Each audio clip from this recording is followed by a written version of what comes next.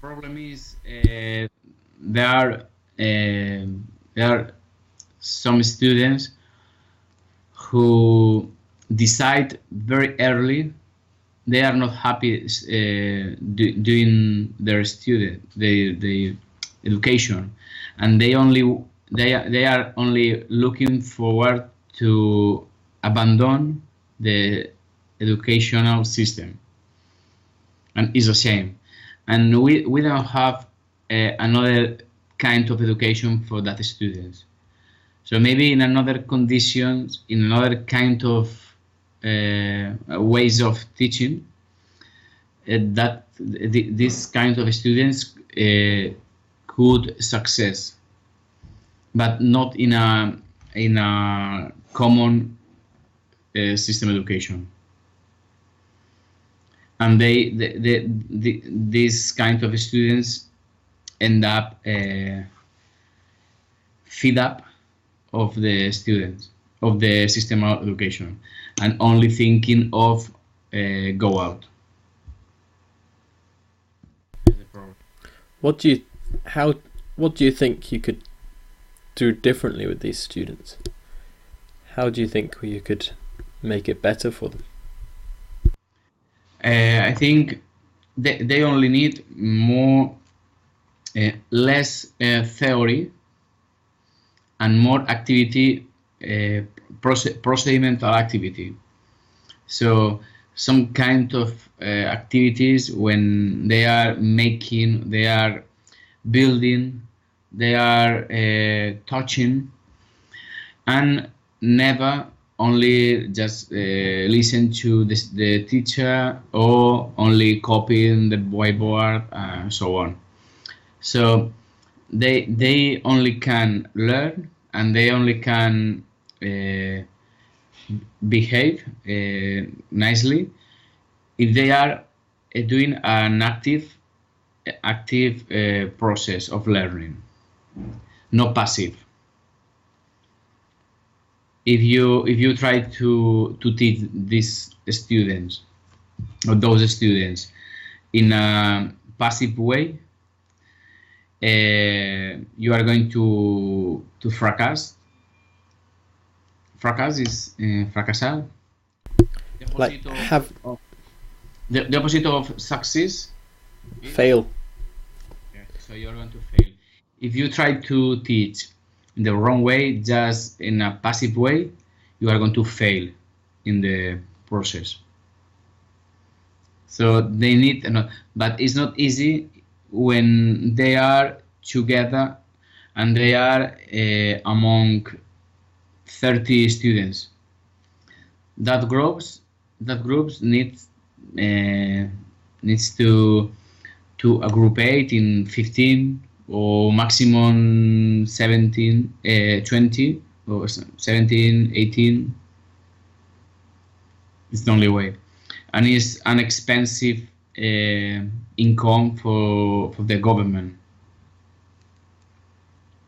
But is the way Finland chose many years ago, and today they are on the top of the educational system around the world. Finland, year by year, all the years. I think since 15 years, Finland is the best country for its levels of education. It's expensive, but finally you save money if you take into account that students who fail eventually are the people who get in troubles in the society. So the way Finland think is, we prefer invest when they are problem students in when they are 12 or 13 or 14 than when they are 30 or 20, because the problems are bigger and different, and they are alcoholic or drugs people, or maybe they are people who rob. So it's and they have a expression than that say something like one student failed is one ciudadano inhabitant failed. So not ciudadano. Let me check it. Citizen is a person, any person in society. So exactly. So what Finland think is, if we let one student fail, we are letting a citizen fail. So the best way is try to act when we have something to do. It's easier when they are 13 or 12, but in Spain is not the case. The problem we have in England as well is that the prisons in England are all overcrowded because there's too many criminals for the space. I don't know if it's the same in Spain, if you have that problem. Yeah, the same. And it's more expensive, that kind of people, that the students with 12 or 13 years. But it depends on the government and the teachers. We are not listened to. No governments listen to what the teachers' opinion or the teachers said. They are government, or they are doing laws according to their ways of think. So it's a problem. There's a long distance between what we see every day and what they think from their office in Madrid or in Barcelona. There's a long way, and what the politicians should do is just to try to approach to the students, to the schools and to the secondary schools, and looking around, but in the first in a short distance, not from his office.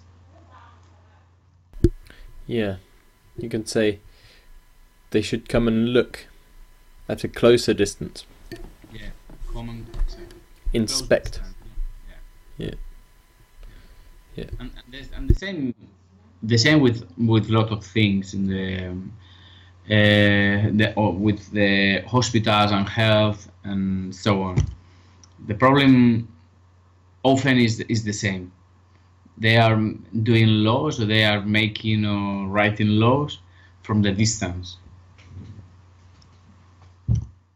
It's the same in the UK, that a lot of the politicians are separate from the reality of the situation. Yeah. So they don't really know the real problems. Yeah. It's a good point. It's a very good point. Anyway, do you think it could change? So I want to think about it. I want to be optimistic. But since I started to teach 18 years ago, the point is the same. The reality is one, and what our governments usually see is another things different. So they are still separate from the reality.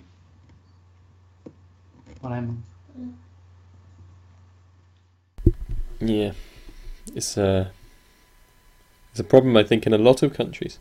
But I think Finland have a good idea. I think it's a good idea, good approach. So, are all of the classes in Finland, do you think, like active classes then? Yeah, it's absolutely different. So in Spain, there was a head teacher from Barcelona who did a study about the system. So he asked to the government 1 year, one permission to go and look from close distance the system. And I remember because I bought his book after the study, and I had the opportunity to attend one conference that teacher did in my village in Ondara, and it was wonderful because after study 1 year in all the classes in all the schools, he discovered a lot of hints about how to teach properly. For example, the ratio inside the classroom, the idyllic number of the students, numbers of books, how to assist the families, and the whole implication of the government to the education, not only inside the classroom, because you can be the best teacher in the world, but if if any of your students have a big family problem, he's going to fail. So what Finland do is try to act in its families and its realities, because when students can success if they are angry, if they are living in a violent environment, or if they live far away from the school and lots of different items or problems, and the only way to success is try to understand education as a whole process. And it was very interesting. And of course, active classes, shorter than in England and in Spain, and less days of classes per year. So the wrong this classical and old-fashioned idea of the students need more classes, more hours, and more days is absolutely wrong, because the country with the best levels has less days per year because of the weather as well, and they start later than, and is what can we learn about the education system with more exit, with the best best levels? The best education system. The best education system. Interesting, but always the same thing.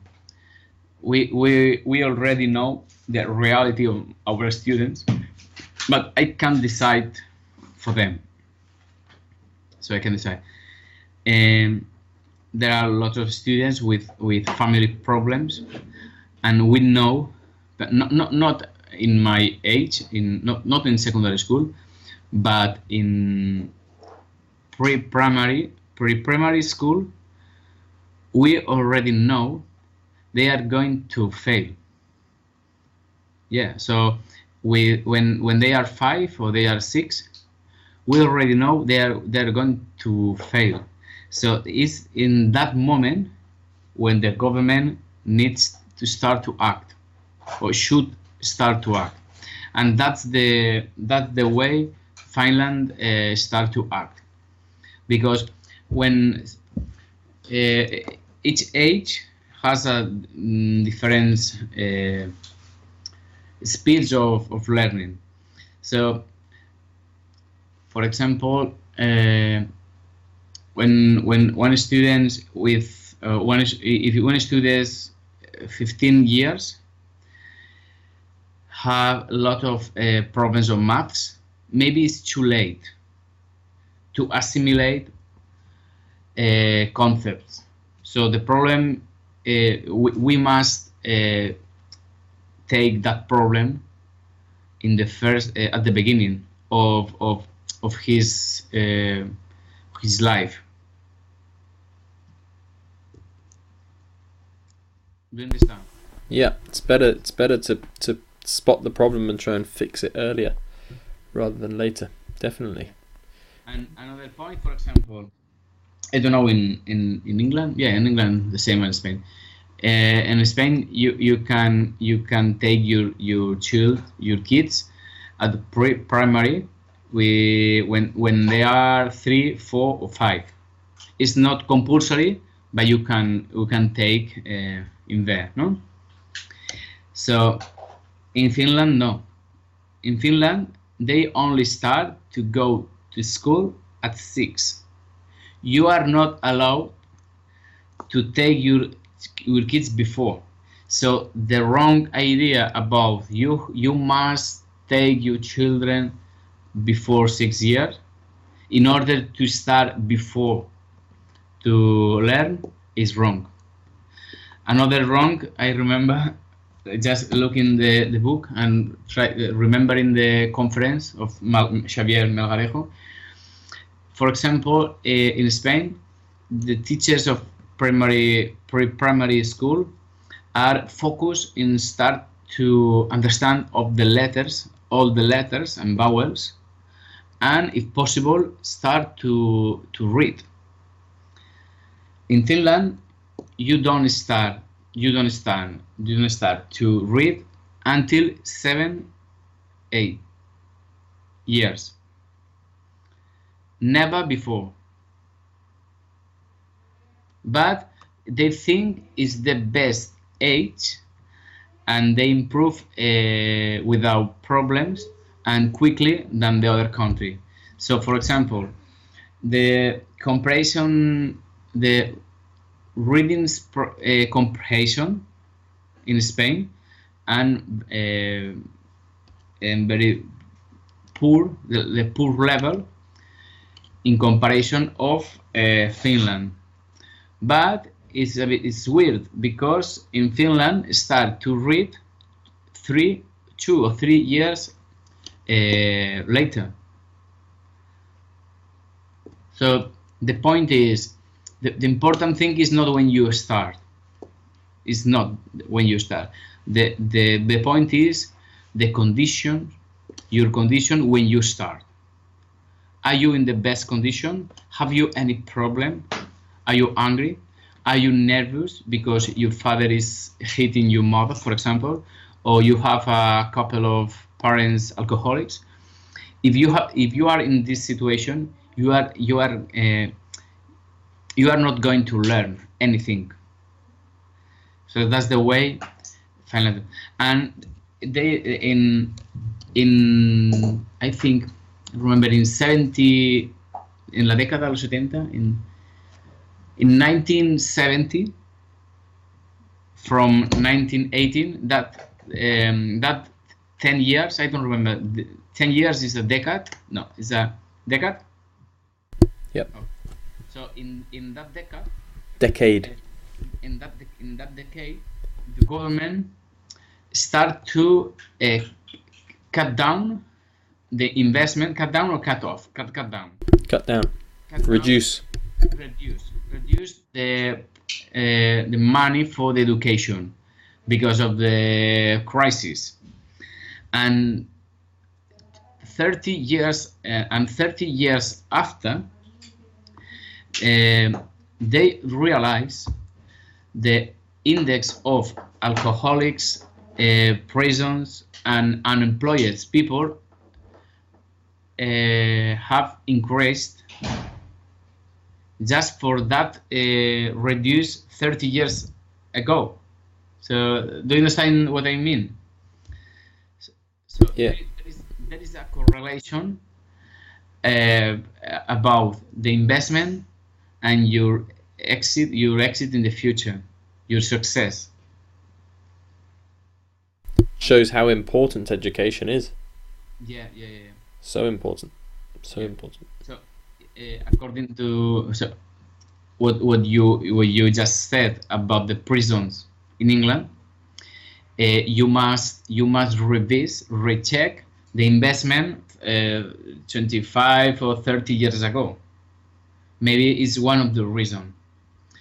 But the point is, normally in most of countries, I think in England, like in Spain, the education depends on the government, and each government decide some measures or another ones, some laws, another ones, and they are changing.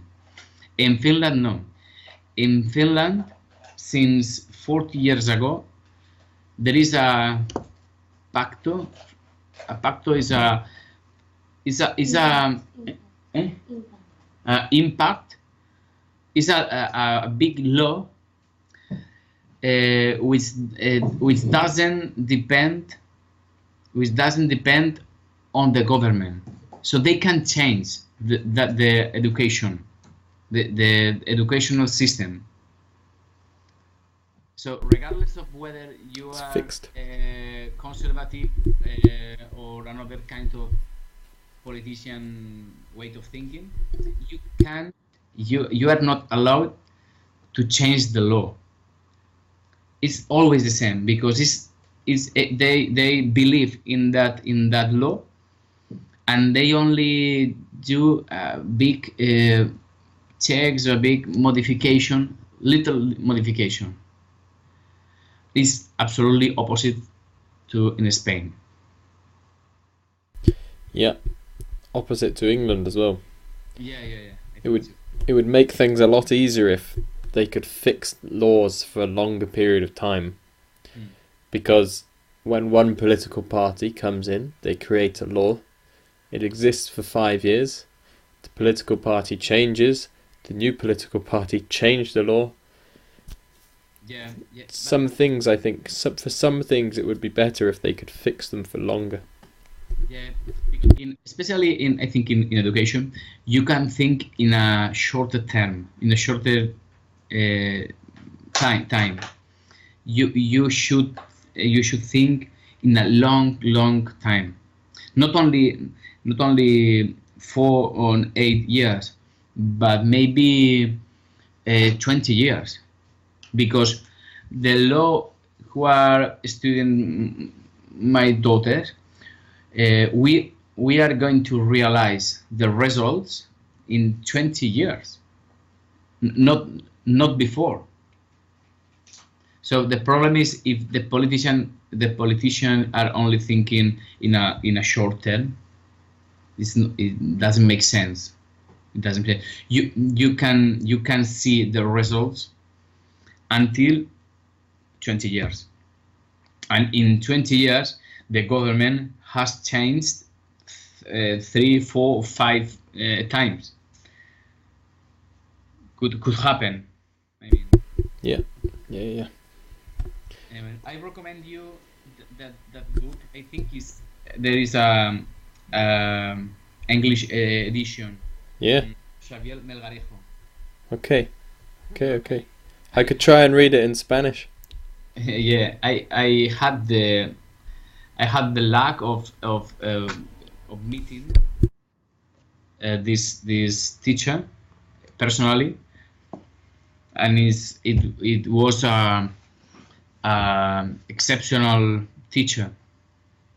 But he died last year because since 10 years ago he was suffering cancer of pulmon. Emma, pulmon. Lung. Lung is pulmon. I think so. Yeah, pulmonary, the lungs which you breathe with. It was lung cancer, and eventually he died last year. A shame. So and I met Xavier Melgarejo in Ondara 2 years ago. I'm a lucky person. Yeah. I have a good remembering. I have a good memory of that meeting. A good memory. A good memory of that meeting. Yeah.